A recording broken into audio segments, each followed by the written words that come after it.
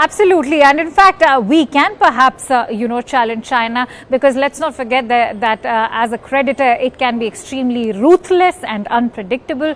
Something that at least India, the Middle East, Europe, and the United States can work towards not being as unreliable and unpredictable as China has been as a creditor. On that note, let me bring in Abhishek. Abhishek, how can India, Europe, and the United States, along with the Middle East, work towards making a better version of an economic corridor, something perhaps that China could not really manage?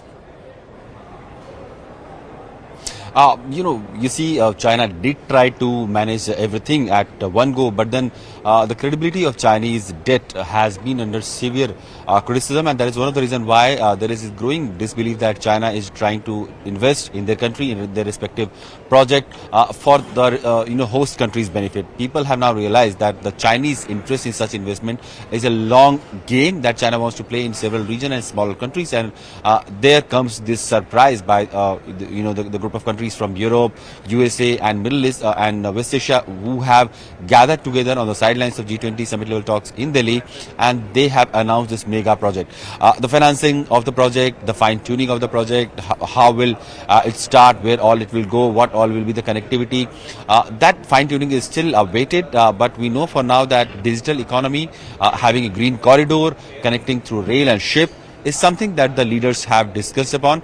Initially, it was believed that India, USA, UAE, and Saudi will be probably working around this project, but now when the announcement was made, we could see President Macron, also European Union President, was also very much present there. German Chancellor was present. So collectively, it has become a project of US, Europe, West Asia, and India. India has not committed any financing of this project, but we can assume that the kind of digital infrastructure and digital expertise India has created over the last several years, that is something that India wants to share with the world.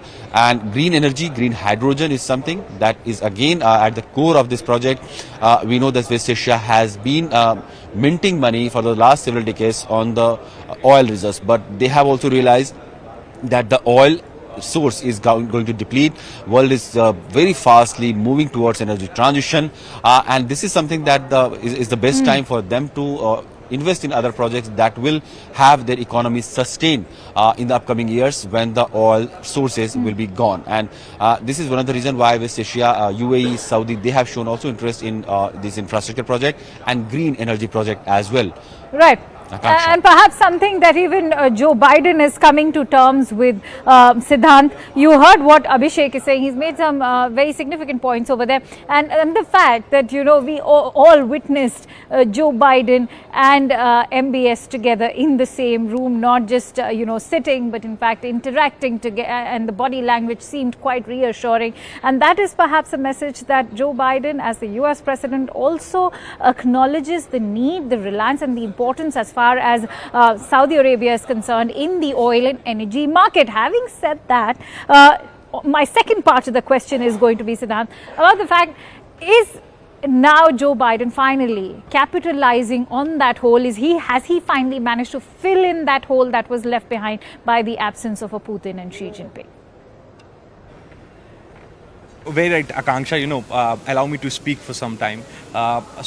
Basically, the Gulf countries were not very happy with the American attitude since Joe Biden became the Prime Minister of America, because during Trump's administration there was enough focus on these Gulf nations, Saudi Arabia, UAE, and perhaps there were many state visits, high-level delegational exchanges. But since Trump's presidency, all focus have got shifted to Indo-Pacific, and that was perhaps not going down really well with these Gulf nations. And then America realized that now China is increasingly, becoming more active and influential in Gulf. The recent example of the settling of that dispute with the Chinese help, the dispute between Saudi Arabia and Iran. that is perhaps was a setback for American policymakers. And I remember, right, maybe in next 20 days there was a sudden announcement of Jake Sullivan's trip to Saudi Arabia, where from India NSA Doval participated, and the counterparts from UAE and Saudi Arabia, they all sat together, and for the first time, how should I say, that the roadmap for this economic connectivity project was prepared in the month of May. And then there were a series of other meetings also which took place, and yesterday it was announced. So I don't remember the last time when Biden and President Biden and Mohammed bin Salman met, or have they ever done a bilateral meeting. To the best of my knowledge, they have not, but I could be missing out on some of their visits. But what happened yesterday No, in fact, was on that unexpected, note, I'm because, going to because bring in if you Abhishek. speak to- Yes. Because, you know, there's another crucial aspect to this relationship, and that is the murder of Jamal Khashoggi, a journalist, which was casting a shadow. Abhishek, if you could share in your inputs about how Jamal Khashoggi's murder did cast, its shadow as far as the US-Saudi relationship is concerned. And we, in fact, did see it also have an impact on the earlier meeting that took place when the US president visited the Saudi Crown Prince as well. We witnessed the stiffness in their body language. He also took jibes at MBS. But seeing this meeting take place yesterday, what were your thoughts? Is this now a thing of the past?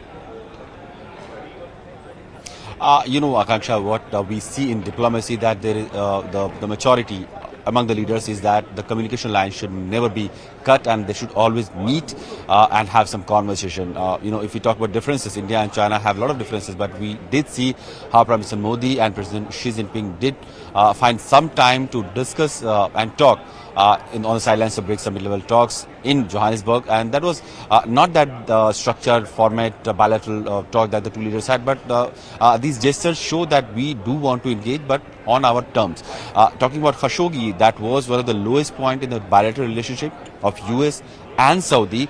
It brought to the fore various issues that USA had been ignoring about the socio-political life of Saudi Arabia. At one go, the murder of Khashoggi in the embassy did bring out the overall, media scope that the Saudi embassy, Saudi countries wanted.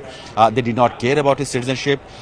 And for a very long time, they did not tell the world whether they were behind this. We saw some sort of, cover-up also happening. Few officials from Saudi, they were handed down some sentences. Some investigation did happen, but we know that it was done on the behest of Saudi's government, and so that incident remained one of the sore point in the bilateral relationship. However, the political realities and the maturity says that the two sides should not be stuck on one issue, and they should move ahead, because there's a larger and ample space where the two sides need to engage. US wants to continue its presence and heft in West Asia. China, which has brokered the recent peace deal in between Saudi and Iran, and we have seen so many countries establishing their relationship with Israel. The geopolitical scenario in West Asia is fast changing. So will US heft in terms of military might, financing of various projects? Will continue to have US presence in West Asia in a respectable place? That remains to be seen. And the President Biden's meeting with Saudi Crown Prince in that direction should be seen as a positive gesture from both the sides, that they did engage on the sidelines of this meeting.